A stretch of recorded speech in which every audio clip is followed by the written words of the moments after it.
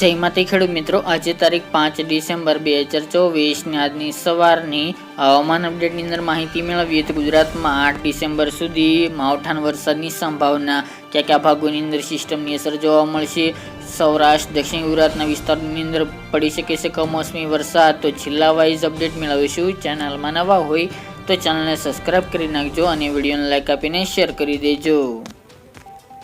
તો મિત્રો, સૌથી પહેલાં વાત કરીએ તો ફેગલ નામનું વાવાઝોડું તમિલનાડુ, કેરળ, આંધ્રપ્રદેશ, કર્ણાટક સહિતના ભાગોની અંદર ભારે તબાહીના દ્રશ્યો સર્જીને અતિભારે વરસાદ ત્યાં જોવા મળ્યો હશે.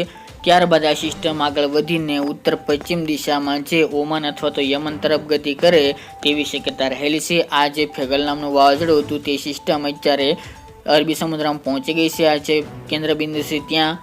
ત્યારબાદ તે અત્યારે હળવી પડી ગઈ છે, તેમજ આ ઉત્તર પશ્ચિમ એટલે કે ઓમાન યમન તરફ આગળ ગતિ કરશે, પરંતુ તેની અમુક અસર ગુજરાતમાં જોવા મળશે, જેથી ગુજરાતના ભાગોની અંદર વાદળછાયું વાતાવરણ જોવા મળી શકે છે. ગઈકાલના રોજથી ગુજરાતના દરિયાકાંઠાના ભાગો, જેમાં સૌરાષ્ટ્ર હોય, દક્ષિણ ગુજરાત, એ ભાગોની અંદર વાદળોનું પ્રમાણ જોવા મળી રહ્યું છે અને આગામી 5 અને 6 તારીખ દરમિયાન હળવા સામાન્ય વરસાદની સંભાવના દેખાઈ રહી છે. અમુક જગ્યાએ છાંટછૂટ પર પડે તેવું પણ અનુમાન હાલની અપડેટ મુજબ જોવા મળી રહ્યું છે.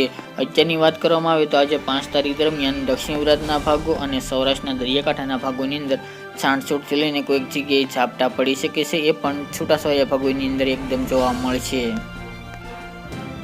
જેમની અંદર વધુ શક્યતા જોવામાં આવે તો દક્ષિણ ગુજરાતના ભાગો, જેમાં વલસાડ, વાપી, કપરાડા, વાની, ડાંગ, બિલીમોરા, વાસંદા, વિયારા, નવાપુર, તેમજ મહારાષ્ટ્ર, મધ્યપ્રદેશ બોર્ડર લાગુ વિસ્તાર, ડેડિયાપાડા, ઉમરપાડાનો વિસ્તાર, નર્મદા, રાજપીપળા, સુરતના અમુક ભાગો, એકાદ બે ગ્રામ્ય, ભરૂચના એકાદ ગામમાં, તેમજ નર્મદાની પાસે છોટાઉદેપુરની અંદર પણ સામાન્ય ઝાપટા પડી શકે છે. આ સિવાય સૌરાષ્ટ્રની અંદર ઉના, વેરાવળ, ગીર સોમનાથ, મહુવા, અમરેલીના ભાગો અને જૂનાગઢ, ગીર સોમનાથ, આ 3 જિલ્લાના એકાદ ગામની અંદર ઝાપટાથી માંડીને સામાન્ય છાંટા જોવા મળે 2 દિવસ દરમિયાન તેવી સંભાવના રહેલી છે. અને આમ ગણવા જઈએ તો ગુજરાતમાં માવઠાની અસર 2-3 દિવસ જોવા મળશે. અને ખાસ કરીને મિત્રો, આ વાદળછાયું વાતાવરણ આગામી 8 તારીખ સુધી યથાવત જોવા મળે તેવી સંભાવના રહેલી છે.